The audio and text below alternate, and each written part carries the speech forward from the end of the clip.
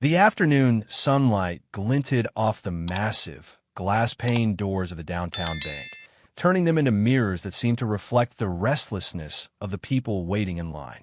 At first glance, the queue was just like any other on a busy weekday. Ordinary people with errands, each hoping to be in and out quickly. Then came an edge to the air that made even the tellers behind the counter stand on alert. A sharp, raised voice sliced through the low hum of conversation. It belonged to a wiry man in a faded denim jacket, cheeks flushed with anger. "Are you done yet?" he barked, pointing rudely at the woman at the counter. She was a petite black woman, perhaps in her late 70s, leaning forward as she tried to discuss some detail of her account with the teller. Her hands trembled as she attempted to make sense of the bank forms. The computer systems had changed, she'd said a moment earlier, and she needed help. The man's outburst made her jump, and she turned just enough that her eyes caught the reflection in the polished marble floor. His posture stiff, impatience radiating from him like a street lamp on an otherwise dark road. From the other side of the lobby, halfway in line for the ATM, Jason Statham observed everything. He was dressed simply, gray hoodie, dark jeans, but there was no mistaking that stubble-lined jaw and the intensity in his gaze. His presence was surprisingly low-key, as if he'd hoped to slip in unnoticed. But in a matter of seconds, he could see this was not just another trivial blow-up.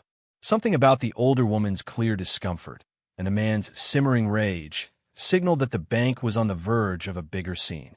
I'm trying to finish up," the elderly woman said softly, careful to keep her voice steady. Anyone could see she was too proud to let an insult break her, but her grip on the pen wavered. She was wearing a pale yellow cardigan, the sleeves pushed up slightly to reveal the delicate lines of her arms. Although she'd obviously lived a long life, the pointed aggression was not something anyone should have had to face. The man snorted, took a step forward, and delivered another jab. "Lady, you people always take forever. I've got important business here," he snapped, and then his words rose in pitch. "You can't fill out a simple form? Did you even pass high school?" A collective hush fell over the entire bank. A few people nudged each other.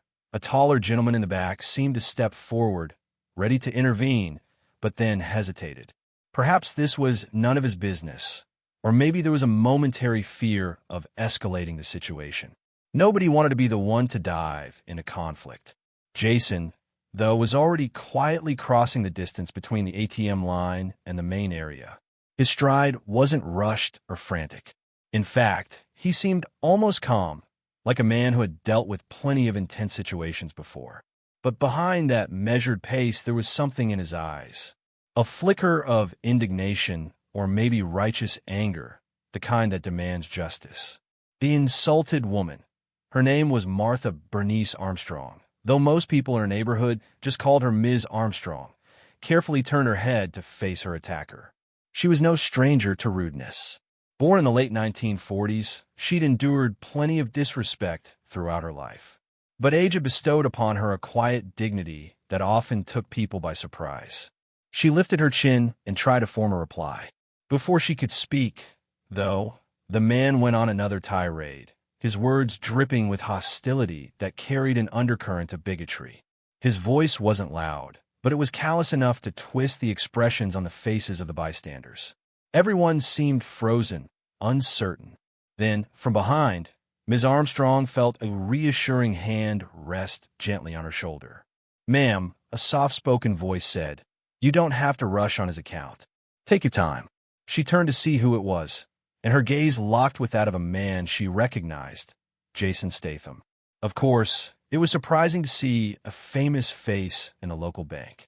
She caught glimpses of him in action films, tough guy roles that made him into an international star. Never had she expected to encounter him in such an ordinary, unremarkable moment. He gave her a small nod and shifted to face the aggressive man. "Is there a problem here?" Jason asked, voice carrying an unmistakable gravitas. For a moment, an eerie silence reclaimed the bank's lobby. Everyone, from the security guard by the entrance to the harried teller behind the desk, waited for the man's reaction. The man in the denim jacket narrowed his eyes, disbelieving. "Who do you think you are?" he snapped. looking Jason up and down with a mixture of contempt and confusion. "You think you can just spit into my business?" While the entire bank took a collective step back, Jason calmly looked the man in the eye. "Yeah," he said, his tone still even. "When you insult people like that, it becomes everyone's business." There was a quick flicker in the man's gaze, something like recognition. He might have realized exactly who he was talking to, but his pride wouldn't let him back down, not yet anyway. So he folded his arms in a show of defiance. "Mind your own," he growled. Jason didn't flinch. He offered Ms. Armstrong a polite tilt of his head, silently letting her know he had her back. The tension was heavy, though, and it was clear this confrontation wouldn't just melt away. Moments like these, Ms. Armstrong knew, revealed a person's character. She could sense that something deeper was at play. This man wasn't just irritated with a slow bank line. Meanwhile, the presence of a renowned actor, stepping into the role of an unexpected ally, promised that this day at the bank was about to become anything but ordinary. The quiet onlookers, hearts pounding with adrenaline, wondered if they'd soon witness a scuffle, or if there might be a more surprising turn in store. Across the shiny floor of the bank lobby, a curious blend of eyes darted between Ms. Armstrong, the rude man, and the action star.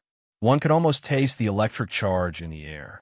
The teller, a young woman named Anita, wore an expression that teetered between alarm and amazement. She had no idea how to proceed. Her training covered stolen checks and suspicious withdrawals, not volatile arguments laced with hateful remarks. But Ms. Armstrong sensed the entire room waiting for something, either a blow to be struck or the final insult to break her. Instead, she squared her shoulders. "Son," she said quietly to the man, her voice unwavering, "I was almost done. You didn't need to raise your voice. A little patience would do you some good." The man sneered, but the fact that she had addressed him as son seemed to rattle him. A muscle in his jaw twitched. "Lady," he spat, "don't you patronize me." Jason, watching, measured his next words carefully. "Apologize," he said, voice calm yet firm. "Now, or what?" the man challenged. "You a what? Kick me out? You a security guard?" A smirk. Hollywood types always think they can do anything they want. There it was. He had recognized Jason Statham. Perhaps the name had finally clicked. A flicker of something like jealousy or bitterness rippled across his features. Quietly, a security guard in a Navy uniform stepped nearer, but he was middle-aged and didn't look eager to grapple with someone. Another teller, an older man behind the counter, picked up the phone. Was he calling the manager or the police? No one knew. But the hush in the room was broken by the rhythmic click of a pen as a second teller, anxious and unsure, fidgeted at her station. Ms. Armstrong exhaled slowly. She'd lived through far more harrowing experiences than a belittling remark at a bank. She'd raised 2 children on her own, had marched for civil rights decades ago, and had once worked 3 jobs to keep her family fed. She wasn't helpless, but neither was she eager for the confrontation to escalate. "Let's all take a breath," she suggested in a steady, low voice. "We can solve this without shouting." Her eyes pleaded for calm. The man, though, took a step toward her, looking ready to continue his tirade. Instinctively, Jason stepped between them. "That's enough," he said. This time his voice carried a sharper edge, something that made the rude man pause in mid-motion. "No one here is trying to patronize you," he continued, "but you owe Ms. Armstrong an apology. It won't kill you to have some respect." In that moment, the bank doors opened, letting in a swirl of the fresh autumn breeze and a tall woman in a tailored suit. Belinda Jones, the bank manager, surveyed the scene with wide eyes. "What on earth is going on here?" she demanded. She had left her office at the far end of the hallway when she'd heard about the commotion over the phone. Right behind her was a second security guard, younger, taller, and more robust than the first. At once, customers started speaking all at once. Like witnesses to an accident, they were tripping over each other's words in an attempt to relay the chain of events. Only Ms. Armstrong remained mostly silent, and Jason simply glanced at the manager without removing his watchful gaze from the man in the denim jacket.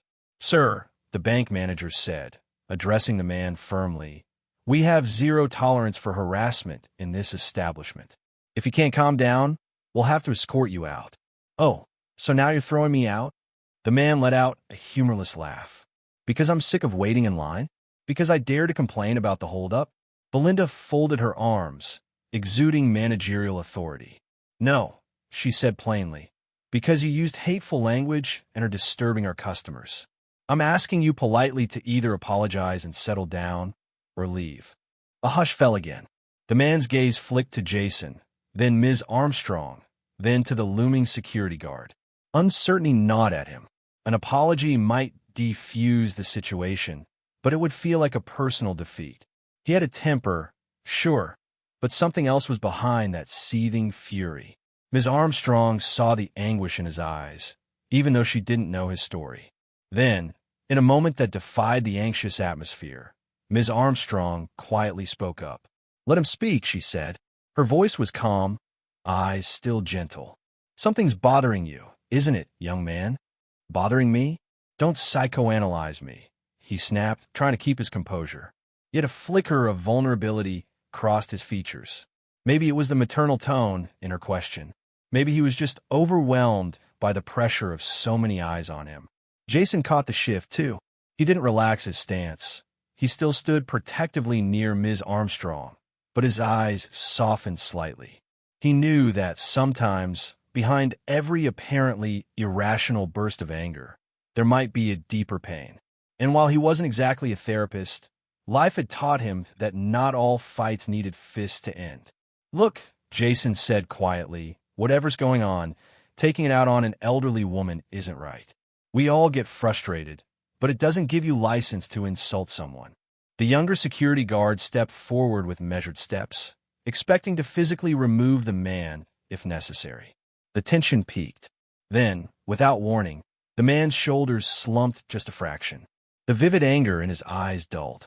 Maybe he'd seen the sincerity in Ms. Armstrong's face or realized how everyone in the bank, stranger or not, was braced for his next outburst. Or maybe he couldn't bear the idea of making headlines for tangling with Jason Statham. Whatever it was, he found himself deflating. "Fine," he mumbled, the heat draining from his voice. "Whatever. I'll apologize. Just, let's get this over with, okay?" Belinda, the manager, nodded at him curtly. "Go ahead." He shifted his weight from one foot to the other, hands jammed in his pockets, refusing to look Ms. Armstrong in the eyes. "I'm sorry," he said, barely above a whisper. The words left his mouth so reluctantly that many in the bank weren't sure they heard them correctly. Ms. Armstrong offered a sad, understanding smile. "Thank you," she replied. There was no triumph in her tone, just relief. She sensed the man had more to work through than a simple apology could fix, but at least a small measure of respect had been restored. She turned back to the teller.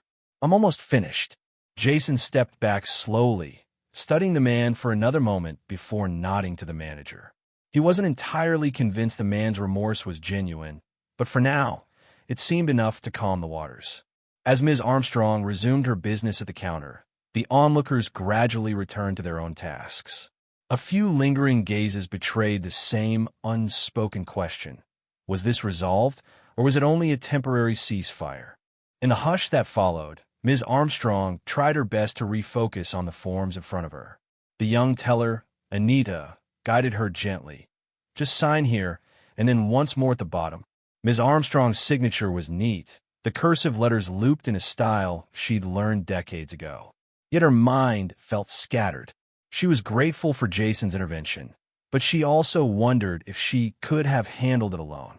Her age was no barrier to speaking up, but there was no denying she'd been startled by the acidic hate in the man's eyes. From a few feet away, Jason watched everything carefully.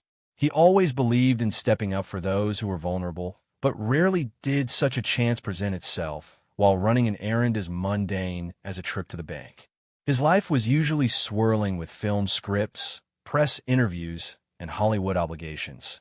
Yet here, in the gentle quiet after the storm, he felt more at peace than he'd been in a while. Helping people, away from the cameras, carried its own sense of purpose. Moments later, Ms. Armstrong completed her transaction. She offered a grateful smile to the teller and gathered her belongings. The tension in the bank had mostly subsided, but people still cast cautious glances in the direction of the man in the denim jacket. The bank manager, Belinda, hovered nearby with both security guards, ensuring that the calm held.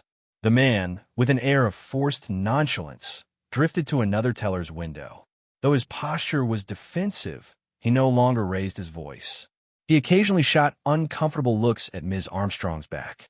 There was no telling what regrets or resentments might churn beneath his stoic facade. Jason noticed Ms. Armstrong was finishing up and took a step closer, waiting until she was ready to walk away from the counter. When she turned, he offered a small, warm grin. "Are you all right?"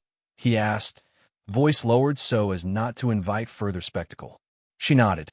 "Yes, dear," she said, her voice regaining a bit of its natural warmth. "I appreciate you stepping in. You didn't have to, but I'm very grateful." Jason dipped his head, acknowledging her thanks. "I couldn't just stand by," he replied simply. He paused, then added, "Do you have a ride home? I'd feel better knowing you get where you need to go safely." She let out a soft chuckle. "I took a cab here, actually. Had to run some errands, and I don't drive as much these days." "Well," Jason offered, "my car is just outside. If you'd like a lift, it would be my pleasure. No pressure, of course." Ms. Armstrong studied him carefully, a thoughtful expression on her face. "That's very kind," she said. "Let me just finish one more piece of business." Together, they moved to a quieter corner by the bank's desk where customers often fill out checks or deposit slips. Ms. Armstrong placed her brown leather purse on the high counter and rummaged inside for a slip of paper. Her hands trembled slightly, and Jason noticed. "Let me help," he said gently, but she shook her head. "Thank you, dear, but I can manage," she insisted. "This old lady has a bit of life left in her, you know." He smiled. "I don't doubt that." As she carefully wrote down some notes, account numbers, a phone contact, Jason took in the surroundings. The bank's architecture was old-fashioned, with marble floors and wooden paneling. A faint echo of polite chatter bounced off the high ceiling. Outside, the day had turned golden, the sun casting a warm glow through the tall windows. Then, from across the room, they heard a hushed but tense exchange. The rude man was at the teller window, trying to deposit a check. His voice, though lowered, still carried a tone of irritation. "Look," he said to the teller, "I just need this cleared immediately. I can't wait." "Is that so hard to understand?" "I'm sorry, sir," the teller replied, voice trembling. "But this check is from an out-of-state bank. We have to follow procedure, which could take a couple of days." The man slammed his hand against the high counter. The teller jerked back, alarmed. It was clear the man was going through something, maybe a financial emergency. Ms. Armstrong's eyes flicked in his direction. Though she was the one he'd insulted, she couldn't help feeling concern. It was in her nature to care for people, even those who'd wronged her. Jason studied the man from afar as well. At that moment, the man happened to glance up, meeting Jason's gaze.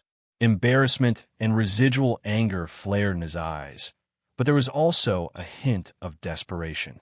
He quickly looked away. Ms. Armstrong sighed softly. "He seems troubled," she murmured. "I wonder what's weighing on him." Jason nodded.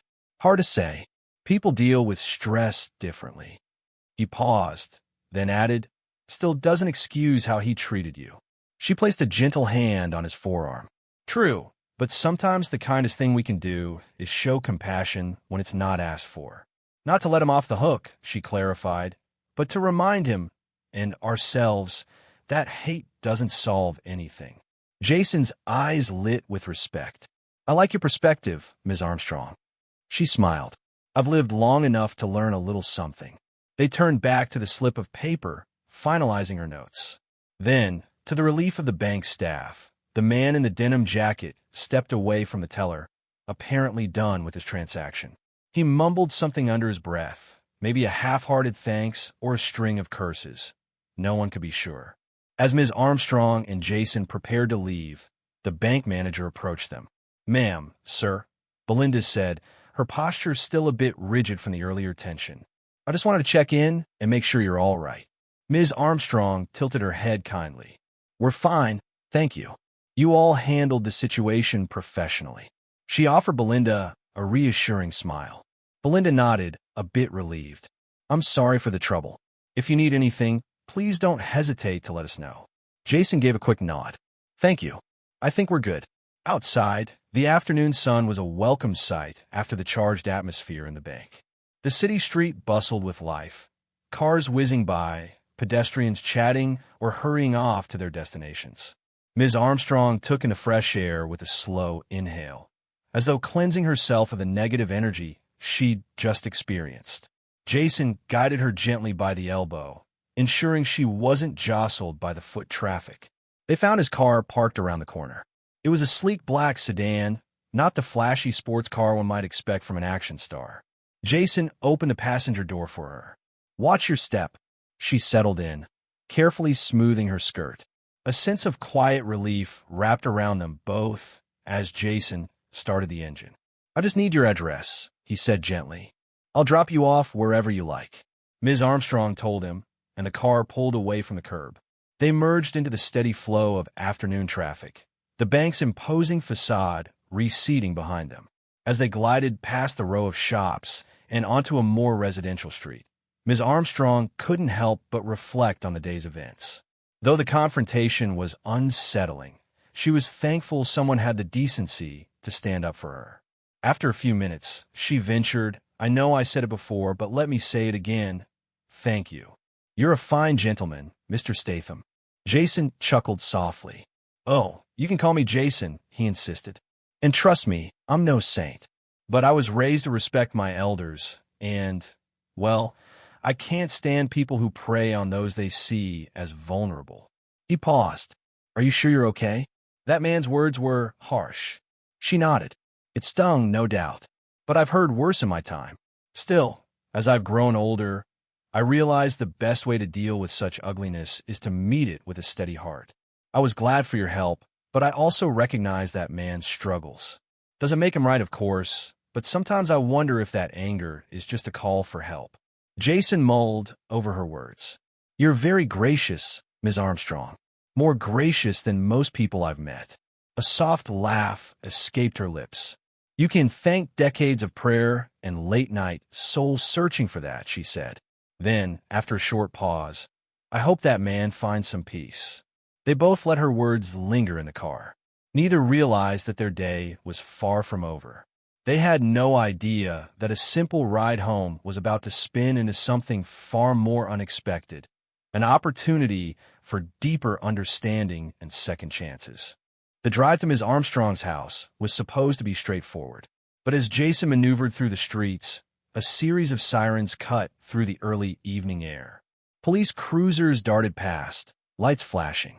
Ms. Armstrong clutched the door handle, startled. My goodness, she breathed. Something big must be happening. Traffic quickly grew sluggish. Blocks away, they glimpsed the silhouettes of patrol cars forming a partial blockade. Jason eased the sedan to a halt.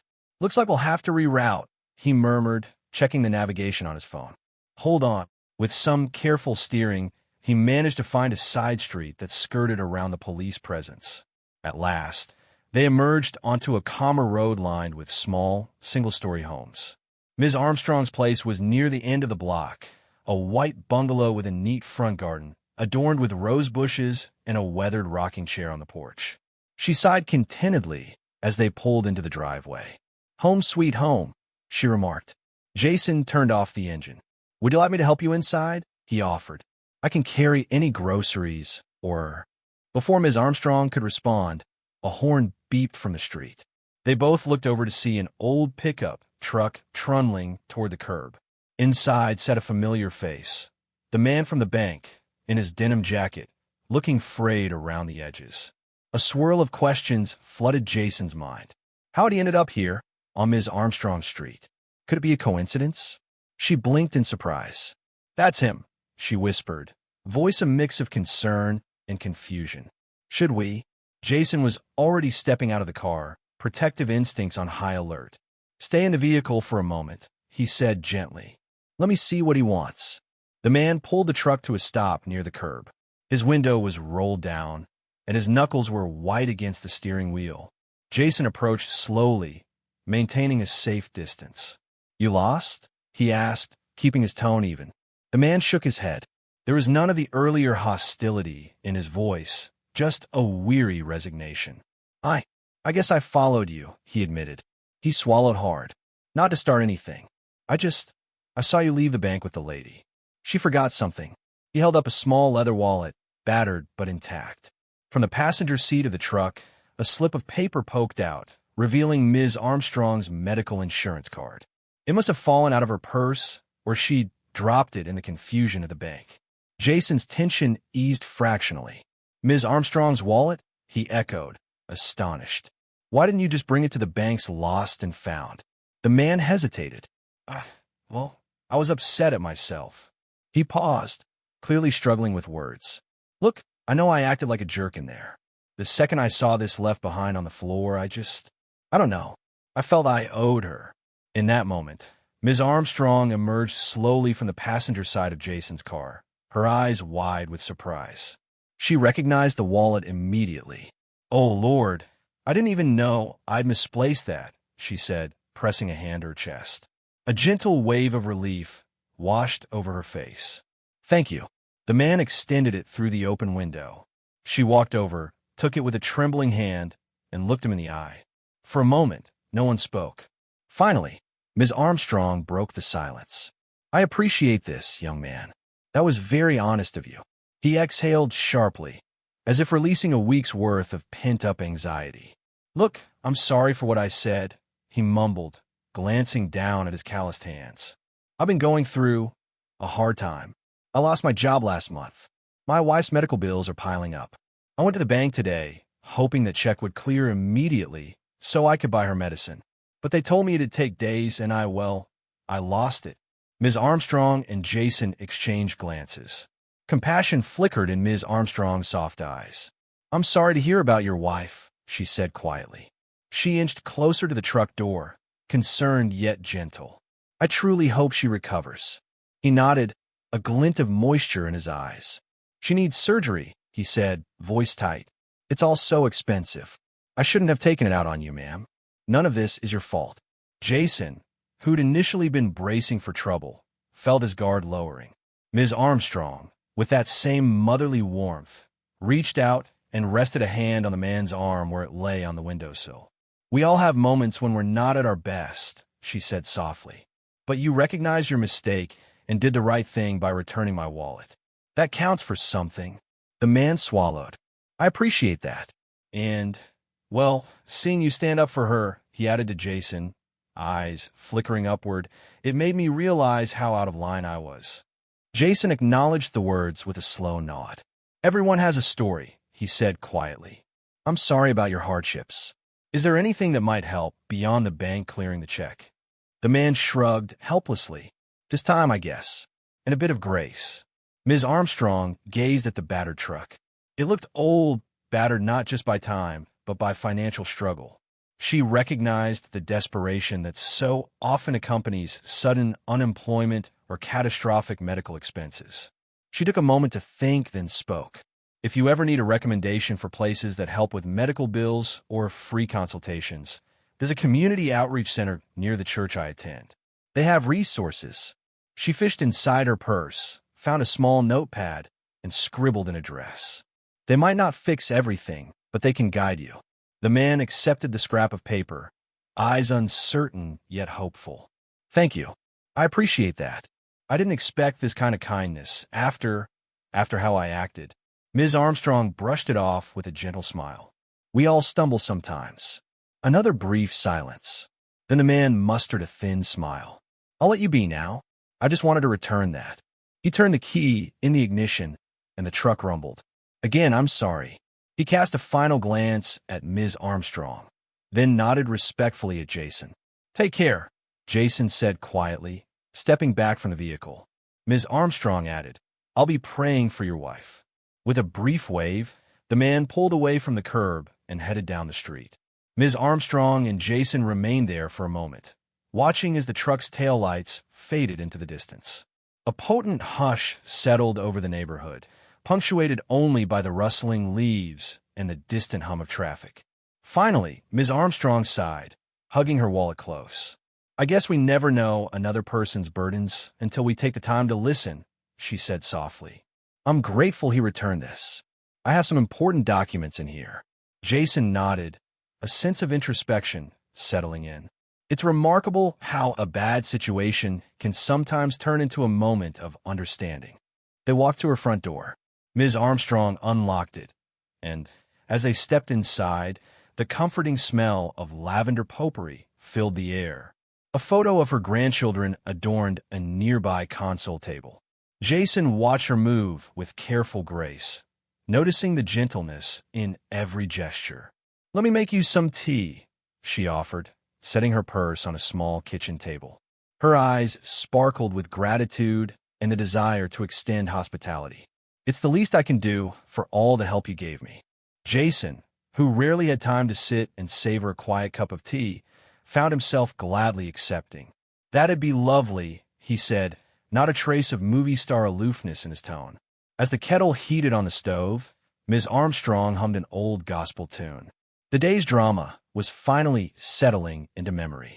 She felt a renewed sense of hope, believing that even when darkness surfaces, like the cruelty she faced or the man's financial distress, some light can still break through.